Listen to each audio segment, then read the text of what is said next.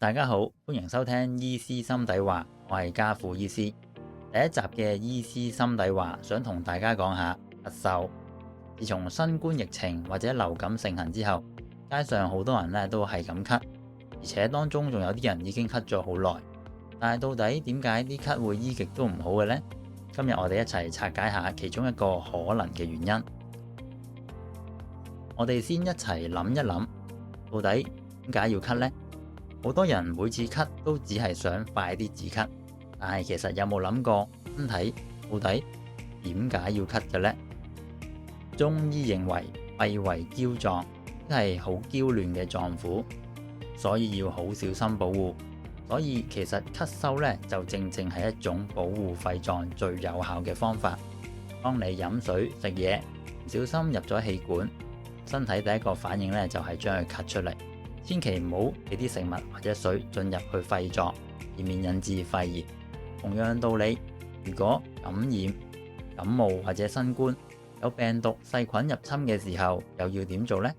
當然都係要將佢哋咳翻出嚟啦。所以喺度咧，想改變一個大家根深蒂固嘅思想。我哋會覺得咳咧係一樣衰嘅嘢，但其實咧咳係好嘢嚟噶，佢唔係你嘅敵人。講白啲，其實咧係你身體保護自己一個好好嘅方法。我哋再講翻，如果感冒或者新冠病毒透過飛沫進入你嘅身體，慢慢你就會發燒、流鼻水或者咳。呢個時候，如果你第一件事係收鼻水咳嘅話，會有咩後果呢？中醫有句說話叫做閉門留寇，呢句說話嘅意思係有賊入屋偷嘢，你發現咗有賊喎，但係你第一件事做嘅係鎖晒啲門窗，將個賊困喺你間屋裏邊。而最慘嘅係你自己都仲喺間屋裏面，同埋呢間屋係屬於你噶嘛。個賊俾你困住咗，當然會發窮惡啦，不停咁打你，整爛晒你間屋嘅嘢。咁你千辛萬苦用咗好多氣力去困獸鬥，終於打贏咗佢啦。但係呢，你自己都已經重傷，同埋間屋好多家私財物都要報銷啦。大家聽完呢個故事可能會覺得好荒謬，但係原來我哋好多人病嘅時候呢，都係用緊呢種方法去應戰嘅。正常疾病嘅過程有少少似一幅靜態分佈圖，咳同埋其他症狀呢會慢慢增加到一個高峰，之後回落，身體又會正常翻。但如果太早止咳或者收鼻水嘅話，呢條曲線呢就會被壓扁，症狀可能會減少，但持續嘅時間卻係咧會拖長咗。而呢條被壓扁嘅線呢已經算唔錯啦，因為佢係耐咗少少先好啫。但其實呢，臨床上有時我見過啲病人呢，可能係講緊3個月、半年，甚至咧1年都仲係咳緊噶。記住，任何流感、感冒、新冠都係一場戰爭。如果場仗打得越耐，戰場咧就會損害越大。當然，呢個戰場咧就係你嘅身體，所以希望大家有一個新嘅思維。症狀嚴重咗，唔代表你個病差咗；症狀被抑制咗，亦唔代表你個病真係好咗。經過10幾年嘅中醫經驗，我發現咧醫病嘅時候最重要咧係識得睇個病勢。喺行醫初期，好多病人咧都中意過嚟咧叫醫師幫佢止咳，但係其實喺感冒嘅早期至中期咧，最唔應該做嘅嘢咧就係太早止咳。太早止咳咧會導致頭先所講嘅閉門留寇效果，從而咧影響之後嘅恢復。因此中醫有句說話叫做見咳莫止咳，但係由於呢個諗法咧太過反傳統啦，所以好多醫師咧用好多唇舌咧去解釋中醫理論背後嘅理念。而家一啲同醫師相熟嘅病人呢，終於都可以明白或者應用呢個理念啦，而佢哋嘅咳呢，終於都冇咁長手尾啦。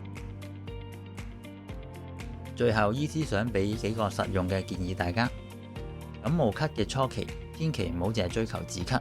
喺早上或者中午呢，可以用中藥去宣肺散邪，盡可能呢將身體嘅痰埋鼻涕排出，避免留邪。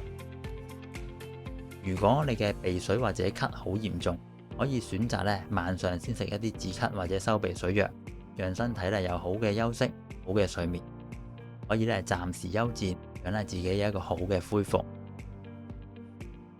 根據10幾年喺香港行醫嘅經驗，偏於寒或者偏於虛嘅咳咧係比較常見嘅。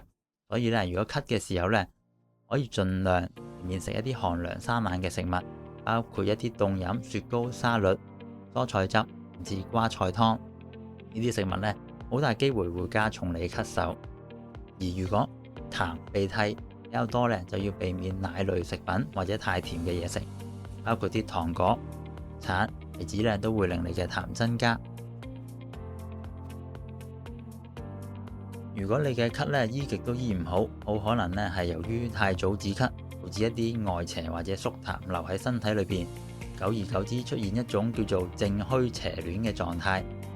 治療呢一類咳嘅時候，唔可以單純淨係止咳，必須咧同時提升身體嘅正氣，先可以達至標本兼治嘅效果。如果咳嗽一直困擾你，而你又發現我食止咳藥都已經幫唔到你嘅時候，你不妨揾一個合資格嘅註冊中醫，幫你辨證論治，度身剪裁一條最適合你、幫助你扶正驅邪嘅處方啦。今集節目最重要想同大家講嘅信息係：醫病唔好單單追求症狀嘅緩解，嘗試明白多啲每個症狀背後嘅機理，順住身體嘅恢復過程去處理疾病，慢慢你就可以打破越病越虛嘅惡性循環噶啦。如果大家都覺得今集嘅節目啟發到你或者幫到你，不妨 Like、Share 同 Subscribe 我嘅 channel。希望以後可以繼續用簡單易明嘅方法講多啲中醫，令大家更加健康。拜拜。